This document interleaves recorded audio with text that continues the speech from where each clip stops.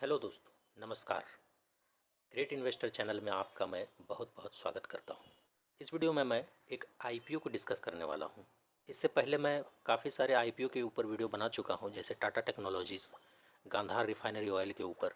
आप चाहे तो उन सब वीडियोज़ को भी देख सकते हैं। आज हम जानेंगे कि इस आईपीओ में हमें इन्वेस्ट करनी चाहिए कि नहीं करनी चाहिए। अगर करनी चाहिए तो लॉन्ग टर्म के लिए इन्वेस्टमेंट सही रहेगा या फिर शॉर्ट टर्म के लिए सही रहेगा। इन सब सारी चीज़ों की जानकारी स्टेप बाय स्टेप मैं आपको इस वीडियो में देने वाला हूँ। चलिए मैं सबसे पहले आप लोगों को आईपीओ का नाम बता देता हूँ। तो आईपीओ का नाम है दोस्तों IREDA, यानी इरेडा। इरेडा इस कंपनी का नाम है। इस कंपनी का फुल फॉर्म देख लेते हैं क्या है। इस कंपनी का पूरा नाम है Indian renewable energy development agency limited. तो जैसा कि नाम से पता चल रहा है कि ग्रीन एनर्जी यानी रिन्यूएबल एनर्जी से जुड़ी एक कंपनी है ये। अब देख लेते हैं कि इस कंपनी का क्या कामकाज है, ये कौन सी कंपनी है और क्या कामकाज करती है, इन सब के बारे में देख लेते हैं। इस कंपनी का उद्घाटन हुआ है 1987 में दोस्तों, और यह एक पब्लिक लिमिटेड गवर्नमेंट कंपनी। हाँ दोस्तों, ये एक गवर्नमेंट कंपनी है और ये एक मिनी रत्न कैटेगरी के अंदर आता है। यह company ministry of new and renewable energy के द्वारा कंट्रोल किया जाता है। यह गवर्नमेंट कंपनी और ministry of new and renewable energy के द्वारा कंट्रोल किया जाता है। इस कंपनी ने अब तक 23,900 करोड़ के आसपास जो है लोन सैंक्शन किया है और डिस्पर्स किया है 16,000 करोड़। बेसिकली ये कंपनी करता क्या है, इन सब चीज़ों के बारे में देखते हैं। नाम में तो एनर्जी जुड़ा हुआ है, लेकिन लोन देने का काम यहाँ पे कर रहा है। अब तक जो है से इस जानकारी से पता यही चला है कि ये जो कंपनी है वो लोन सैंक्शन करती है, और किनको लोन सैंक्शन करती है तो ये सब देख लेते हैं। ये कंपनी जो है रिन्यूएबल एनर्जी, जो कंपनी रिन्यूएबल एनर्जी से जुड़ी है उन सब कंपनियों को ये अपना फाइनेंस प्रोवाइड करता है, यानी लोन प्रोवाइड करता है। IREDA is a financial institution दोस्तों। ये जो है रिन्यूएबल एनर्जी को फाइनेंस करने का काम करता है, यानी उसको प्रमोट करने का, कंपनी को प्रमोट करता है, डेवलप करता है और उसको फाइनेंशियल असिस्टेंस प्रोवाइड करता है। जस्ट सिंपल एक कंपनी आप जानते होंगे दोस्तों, जो लिस्टेड कंपनी है आईआरएफसी की तरह ही ये भी इरेडा काम करता है। इरेडा का भी कामकाज टोटल आईआरएफसी की तरह है। आईआरएफसी जो है वो कंपनी जो है वो रेलवे में अपना फाइनेंस प्रोवाइड करता है, रेलवे को अपना लोन प्रोवाइड करता है। सेम टू सेम इरेडा जो है ये आपको जो है से रिन्यूएबल एनर्जी से जुड़े, ग्रीन एनर्जी से जुड़े जो कंपनी है उनको फाइनेंस प्रोवाइड करने का काम करता है। अब देख लेते हैं कि ये जो कंपनी है आईपीओ लेकर जो आ रही है, ये बेसिकली इसका ऑब्जेक्टिव क्या है। आईपीओ के द्वारा ये कंपनी जो पैसे जुटाएंगे उसमें से उसका दो पार्ट होगा दोस्तों, एक फ्रेश इशूज़ और एक है ऑफ़र फॉर सेल। तो ऑफ़र फॉर सेल जो होता है दोस्तों, वो प्रमोटर अपना शेयर बेचता है। उस शेयर को बेचने के बाद जो पैसे उनके पास आते हैं वो उनके पॉकेट में जाता है दोस्तों। तो ये कंपनी ऑफ़र फॉर सेल जब लेके आती है तो उसमें टोटल पैसे जो है प्रमोटर के पॉकेट में जाता है, यानी कि उसका मतलब हुआ कि वो अपना शेयर बेचता है आपको, और वो शेयर आप उन पैसों से ख़रीदते हैं और वो पैसा जो है चला जाता है प्रमोटर के हाथ में। तो यहाँ पे ऑफ़र फॉर सेल के लिए भी लेके आ रहा है और एक फ्रेश इशू के लिए भी पैसे लेकर आ रहा है। तो फ्रेश इशू का मतलब हुआ कि ये डेवलपमेंट में लगाए जाएंगे। फ्रेश इशू का मतलब हुआ कि जो पैसे जुटाए जाएंगे आईपीओ के, वो आपका डेवलपमेंट के लिए भी जुटाए जाएंगे। तो आईपीओ से आने वाले जो पैसे हैं वो फ्रेश इशू के लिए भी है और ऑफ़र फॉर सेल के लिए भी है। अब देख लेते हैं कि इसका जो ऑब्जेक्टिव और क्या क्या है। फ्यूचर कैपिटल रिक्वायरमेंट्स है कुछ, उनको पूरा करने के लिए किया जाएगा, लोन देने के लिए किया जाएगा। शेयर मार्केट में लिस्ट होने का एक बेनिफिट ये भी होता है कि उस कंपनी का एक ब्रांड जो है फेमस होता है।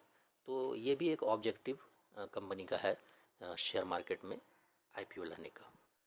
अब आइए इरेडा के फाइनेंशियल कंडीशन के बारे में भी जान लेते हैं। तो इरेडा का जो फाइनेंशियल कंडीशन है ये आपके सामने है दोस्तों।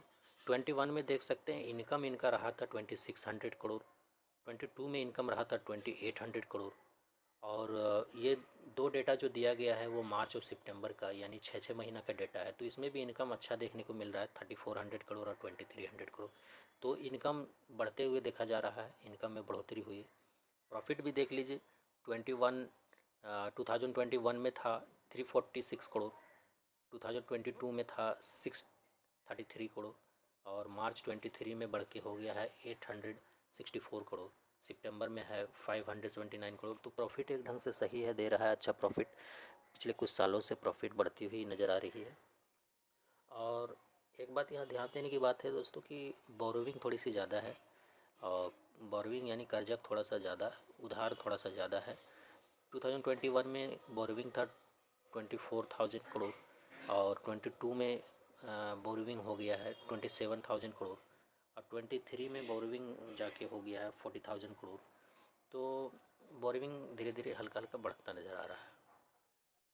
इसके कुछ की फैक्टर्स हैं, इंडिकेटर्स हैं, वो भी जान लेते हैं। मार्केट कैपिटल इनका है 8600 करोड़ और पी रेशियो की बात करें तो पी रेशियो 8.47 का है। आरओई अच्छा आरओई है 15.44% का। डेट टू इक्विटी रेशियो 6.77 का है। ईपीएस 3.78 का है।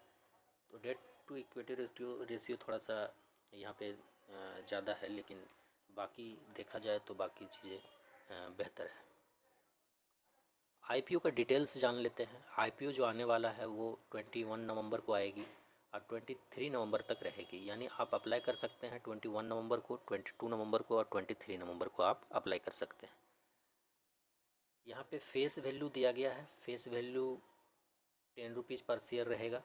प्राइस बैंड रखा गया है 30 to 32 रुपीज़ पर शेयर, यानी काफ़ी कम दामों पर शेयर मिलेगी आपको। अराउंड 30 रुपीज़ रहेगी शेयर का दाम। लॉट साइज इसमें रहेगा 460 शेयर्स रहेंगे एक लॉट में। जैसा मैंने आपको पहले भी बता चुका हूँ कि जो आईपीओ के ज़रिए जो पैसा जुटाए जाएंगे उसके दो भाग होंगे, यानी कि ऑफ़र फॉर सेल के लिए जो पैसे रहेंगे वो रहेंगे आपका 860 करोड़ और फ्रेश इशू के लिए जो पैसे रहेंगे वो रहेंगे 1290 करोड़। तो फ्रेश इशू के लिए ज़्यादा पैसे जुटाए जा रहे हैं और ऑफर्स फॉर सेल के लिए थोड़े कम पैसे हैं, तो ये एक प्लस पॉइंट है दोस्तों। और लिस्टिंग जो होगा वो बीएसई और एनएसई दोनों पर होगा दोस्तों। अब कुछ इंपॉर्टेंट डेट्स को भी देख लेते हैं कि कौन कौन सा डेट इंपॉर्टेंट है। इस आईपीओ ओपन होगा आपका ट्यूसडे के दिन 21 नवंबर को। आईपीओ क्लोज हो जाएगा थर्सडे को यानी 23 नवंबर को।